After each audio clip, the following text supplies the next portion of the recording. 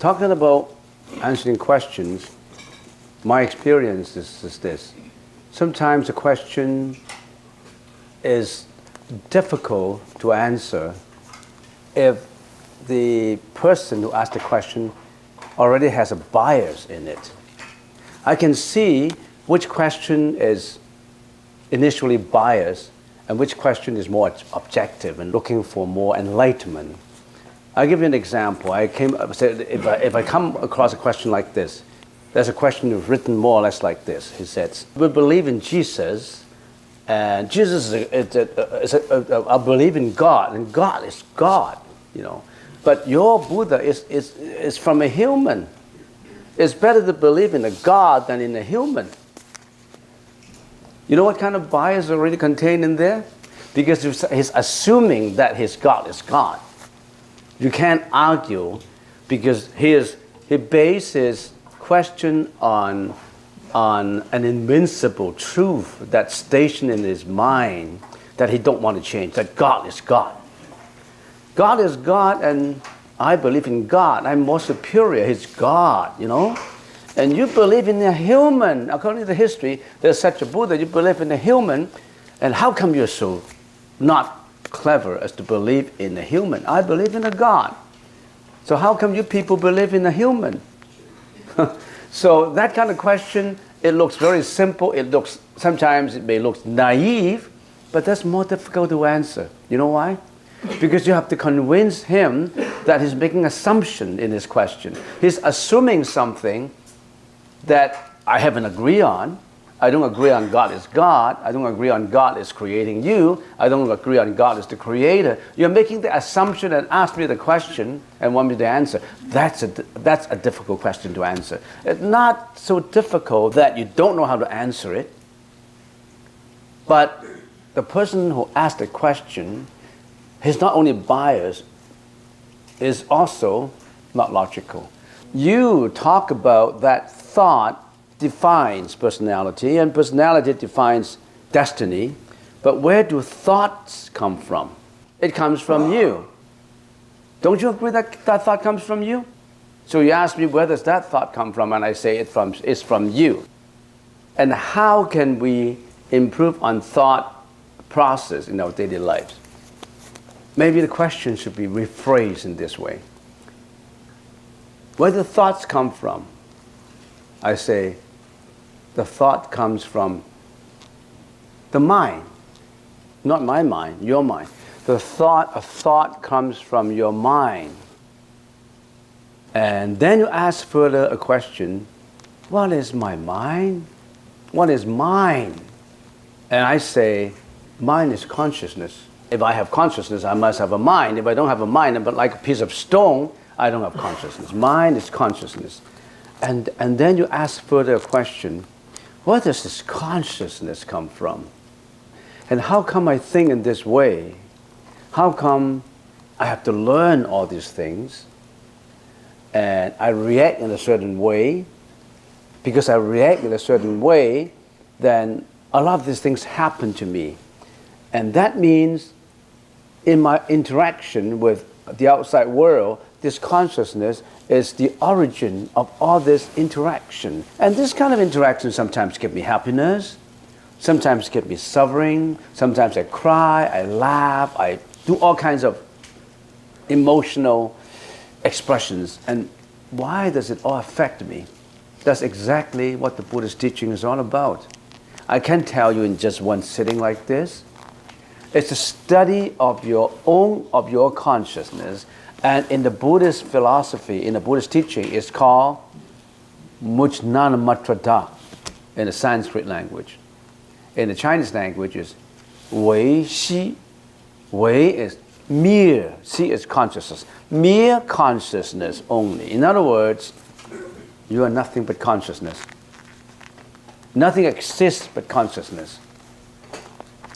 And every consciousness, how come it's not the same? Because your karma is not the same. So there's a lot to think about in the Buddha's language. That's a good question. But that's a question that triggers many, many thoughts. First of all, you have to be shown the map to your destination. You have to be shown like that. And then you have to point your fingers and analyze your map. And then you have to put your knapsack on and put all your belongings and all that, and your cane and your stick and your everything ready for yourself, and walk that path. It's not enough just to have a map or just to know of a destination. You want to go to heaven, right? You're talking about heaven. You can't just say, oh, give me the heaven when I died. You've been paving your way to hell, and you're looking for heaven. How can that happen? You want to go to Horseshoe Bay to get to Nanaimo. You're driving further and further and further away from Horseshoe Bay. You can never get there. You have to drive closer and closer and closer until you got to Horseshoe Bay, and then you cross to Nanaimo. You have to walk it. There's so many things you have to prepare yourself to get enlightenment. And nobody can do it for you. Not God, not Buddha. Buddha only gives you a map. You have to walk your path. You don't walk your path, you can't get there. Don't be a high-sounding philosopher. Oh, I can give you all kinds of high-sounding terms and terminology and all that, and I'm not practicing it. Practice, practice, and practice. That's the most important. And what's the most important word in doing a successful business? Honesty. Huh? Honesty. Honesty. Honesty, honesty, honesty. Honesty is just the best policy. But just honesty is not enough. 6 words. To be very successful in whatever you do. 6 words. And we call it the 6 paramita. 六度波罗蜜. The 6 paramitas. 六度波罗蜜. That's in the Heart Sutra, something. What are these 6 facets of life that will lead you to happiness, that will lead you to success? Generosity, discipline, patience, diligence, or hardworking, concentration. That's 5, right? The last one is what? You know it. Wisdom. So of these 6 factors, which the Buddha told us, the 6 paramitas, you'll be successful in whatever you do. A company, for example. You want to be successful in your company? Let's apply these 6 paramitas. What's the first one? Generosity. How do we practice generosity in getting to be a successful business? What is generosity? Generosity, in a broad category, means what? Giving. What can you give to the consumers? What kind of service you give to your consumers, your customers? If you're thinking always of ripping off your customers, what you can benefit from the customers, and not giving about a service, a satisfactory service to your customers, you can never win. You don't think about, I always want to rip off and make profit from my customers and not to render him or her the best service. You have to give. Same being a teacher, for example. If you always have that idea of generosity, you always walk that extra mile to make your students improve better and better. I always get an example of that movies To Serve with Love. Sidney Poitier. His extra time is dealing with students. His extra time is mixing with students and talking to students. His whole life is in teaching, not just in the classrooms. The 6 paramitas, the first one is giving, and you got to give.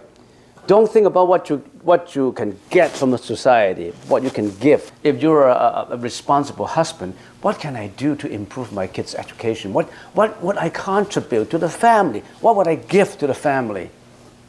If you're being selfish, you're just thinking about yourself. You're not a responsible father. Certainly, you're not a responsible mom if you're always egoistic.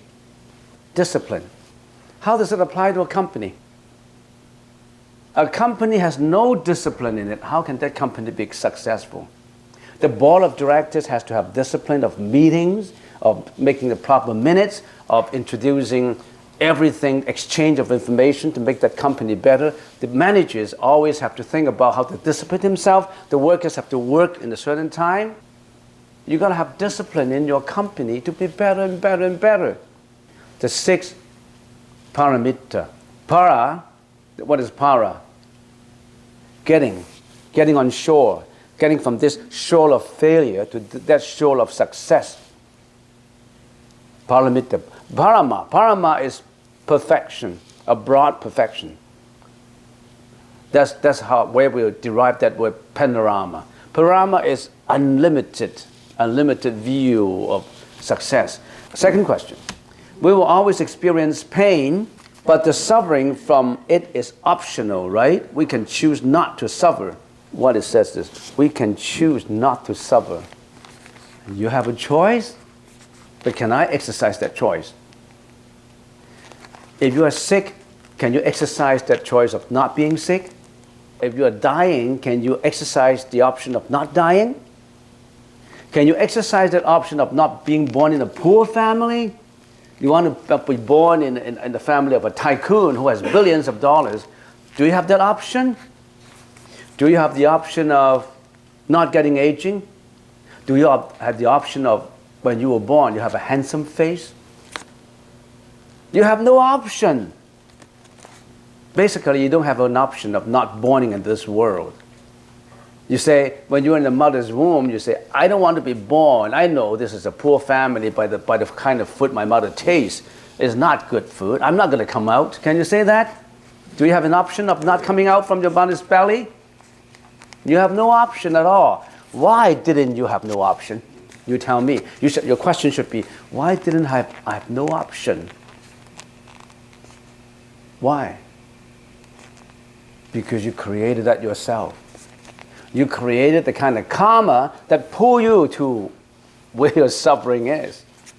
And if you're not suffering, if you're being born in a rich family where you can enjoy, as a teenager, you will enjoy driving a Ferrari and all that. I still remember the couple of young students sitting in there. When I talked about suffering, he rose up and he left. Before he left, he said, I didn't see any suffering.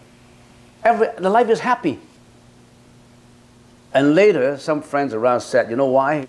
She was driving a Ferrari in a parking lot, and her parents, it's high officials in China, making billions of dollars, and they were sent to study in here. You can choose not to suffer, you cannot, because you created your own karma which pull you to where you are. You have cultivated the causes of who you are. Why are people different? Some are handsome, some are beautiful, some are ugly, some are slim, some are healthy, some are unhealthy, some have broken marriages. Why some people have a long-term relationship with husband and wife until they die, and even when they die, they will bury in the same grave with intimacy. You go to the graveyard and you see some of those, occasionally there were some graves that the husband and wife buried together. And there were some couples who didn't want to see each other. They hate each other so much. Why? Not because of God, not because of Buddha, because of your own creation. All right? Okay, so you have no option. But that being said, you can create your option. For the options that have come to you, whatever you suffer, you cannot change them. You cannot change your past, that is to say. Because the past you created causes that lead you to who you are today. How can you change causes of the past? You can only change now for the future. You are the master of your own fate. If you want to exercise those options that you want, be your own master now. Create only roles for good options, not for bad options. Next question. Dear Albert, I read that sleep is something we should control to attain enlightenment. Does this mean we shouldn't sleep? How is this possible? I don't know which book will tell you to control your sleep. You really have to have good sleep in order to have good meditation. Remember, meditation cannot replace your sleep. I don't want to go to sleep. I just want to sleep in a meditation. You cannot. Because every meditation, you have to apply efforts to it. You have to work to it. It's like you're a soldier defending in all these outer environments that attract you, that entice you, that allure you to thinking in a bad way. In other words, every meditation is like you are on guard. You have to be on guard. Don't let your thought be carried away. So how can you say you can replace meditation with sleep? Don't control your sleep, but have sufficient sleep, not oversleeping. If you're oversleeping, that's really not right. I think what is said about control is make sure you have the right sleep, because you have to have the right health to meditate well. In talking about the preliminaries in preparing for meditation, one of the items is have proper sleep and have proper health. If you are unhealthy, you cannot meditate well. So while you are healthy doing your meditation, appreciate what you've got. You've got health. Now, you must cultivate your spiritual way to enlightenment. Don't wait until your health fails you. A lot of people just wait. A lot of people don't have this urgency about this spiritual striving. They always think, I can wait until one day, bang, there's an accident, you're dead. You're waiting until you retire. Some people say, I'm only 35, I want to wait until I'm 65 to practice really well. I can wait. Time and tide wait for no humans, no beings. I started this temple 32 years ago. I started with people, not one single person left. All those volunteers who volunteered to work 32 years ago, I couldn't see any one of them now. They're all gone. The last one passed away in here, in peace, in the temple. And he passed away within a couple of hours, no struggling. He just kicked on the chair and he got bleeding, she got bleeding, and she just passed out and passed away. No pain at all. She passed away very quickly. The last one here, 92 years old. So all those who helped me, who helped us in this temple, to build this temple, all the volunteers, none of them left. Oh, there's one more. There's one at the corner, right at the gracious hall there. The old lady, the senior lady, she started 30 years ago. And no one is getting any younger. When I started this temple, I was relatively young, and now I'm getting to be no man myself. Time and tide waits for no man. Start now, don't wait. While you're in good health, you walk that path. Not when you are limping, not when you suffer from illness. Too late. Not until you were sent to old-age homes with Alzheimer's disease. Stop your worry. In the Chinese language, there was a saying, living with your children up to 100 years, 90 years is your worry about them. You always worry about the younger generation. I don't know, the Chinese family particularly, they're very family tie, family oriented. They always worry of, even if their children are grown up, 30, 40, 50 years old, they still worry about their health, or what they're doing. So old people, they have a lot of worries. And then I always tell the old people, yes, you live up to 100 years, you worry for them for 90 years. And some people ask, why? Why 90 years? It's not 100 years? Well, yes, the last 10 years you were suffering from Alzheimer's disease and you couldn't think. How can you get any worry? No worry, because you're at old age home. You have to be fat, you don't know how to think, you don't recognize them anymore. You don't recognize them anymore. Hi grandma, hi grandpa, they don't know you anymore. Do guardian angels exist? Yes. Guardian angels do exist. Not only guardian angels, there's so many other sentient beings living in other dimensions that we can see, we can hear, we can feel, but they exist. But how do you know? You always tell me, how do you know? You can see them, you can touch them. To explain this, we need some logical thinking. How do you believe in something? You believe in something basically because from logical argument, another is from what you see, what you can feel, what you can touch. Others is from history, from what the ancient saints say, and some is from your induction or deduction. That's involved with logical thinking. For example, if there's a distant mountain, Mount Baker, if you see some smoke going in Mount Baker, you know there's fire. You don't actually have to see that there's a fire in there. You can conjecture. You know there's no smoke without fire. So you know that as a smoke coming up, there must be some fire over there. You don't necessarily have to see that there's a fire. You believe in something by deduction, sometimes by induction, by postulation, by conjecture, because you don't have to see. Some people say, you don't see a guardian angel, how can you believe in it? You don't hear a guardian angel, how do you believe in it? Remember, humans' senses are so limited.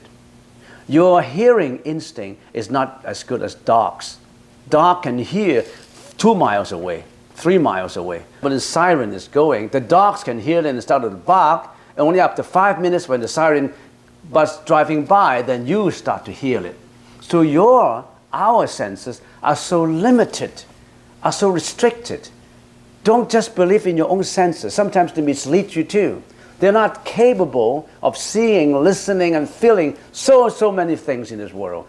Whale under the ocean can hear his partner 20 miles away. Whales can you hear under the water 20 miles away? You can't. An eagle up on the treetop can see a seat on the ground from a treetop. Their eyesight is very acute. And some people have special eyes that they can see them. And even if you don't have special eyes, sometimes after meditation or during meditation, when you are so clear in your mind, you may be able to witness some of them. I have this experience that I still can't prove it 100%.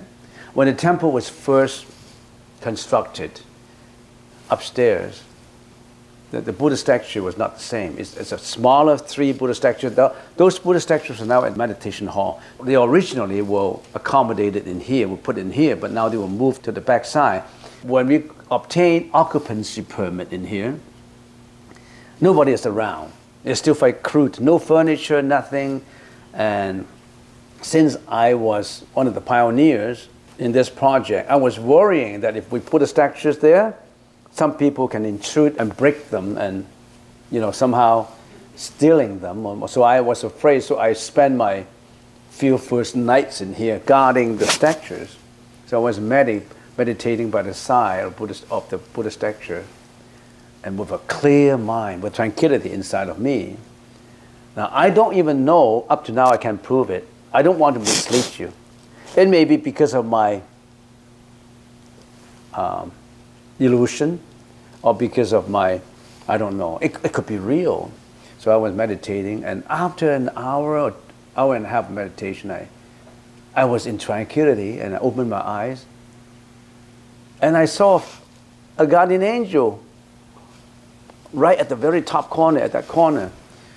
It was a lying down, like the reclining Buddha's position, with flowery, with something flowing by the side, and about 8-10 feet in length, about the size of this Buddha, about that size, not a human size, very bright, very good looking. And she, I always thought it's a she, I may be wrong. She said, "Do you still remember me? Do you still remember?" I said, "Oh." And then I did a lot of conversation. She pointed her finger at me, and I forgot everything. I didn't know what we were talking about. But I still have that first 1 minute clear that oh, it's a flying object in there. Right now, I'm not quite sure, because I forgot everything we were talking about. But I still remember the first question that she asked me. And she asked me, it's not in language form. It's not a, do you know me? Do you still remember? It's not that. It's a mind. It's not a language anymore. It's just a mind, a mindful transmission. Language is just happening here in this world, not in many other worlds. In many other worlds, they don't use language. In some worlds, they use what? Frequency as a media of communication. And in another world, they use light. In other words, they communicate in light. Certain light intensity, like they communicate, not communication in language, it's crude. In this world, a man and a woman's relationship have to have a body touch. In other words, there must be a body touch to it. But in a higher level of that kind of man and woman relationship, it's a transmission of a smile. It's a shake of hand. A shake of hand is already have that transmitted. The lower level is by body touch. The higher level, they don't have to touch each other. It's just transmission, not in body, So since communication is communication in a mindful communication. You asked about a guardian angel. I believe in it because quote and unquote, my own experiences, which may not be right. It could be my illusion. I don't want to claim that I have supernatural power. I don't have. It's my feeling that I have that kind of experience, which has to be proven that I know guardian angels exist. Last question. During meditation, my mind becomes clearer and produces many solutions for ideas for my everyday job, so I feel reluctant to bring that monkey mind back to breathing. Please advise. When in meditation, your mind gets very clear and better and better. You know why your mind is getting clearer and better during meditation? Because you were able to pull that monkey, to get that monkey into control. That monkey is not too active. You still have that monkey. You think you're so fortunate that you don't have that monkeying mind? You still have that monkeying mind. That monkeying mind has become so tame that you become clearer and clearer. It's just like a pool, an ocean. Just every wave disturbs the tranquility of that ocean. Every thought disturbs the stillness of your mind. So if that monkey sits still and stay put, that's because of meditation helping it. But he's still a monkeying mind. He still wants to move around. So don't think that you want to get rid of that monkey. To bring that monkey back, you are actually bringing it back without you knowing it. Is you just put that monkey under bed in better control until that monkey one day disappears and is complete tranquility and stillness. That's where your pearl of wisdom, your pearl of nature, has no more dust and dirt on it, and your one brightness, tranquility. So it's a good sign that you get clearer and clearer, but because you are in better control of that monkey, it's still a monkey, but that monkey is so tame, it's under your control.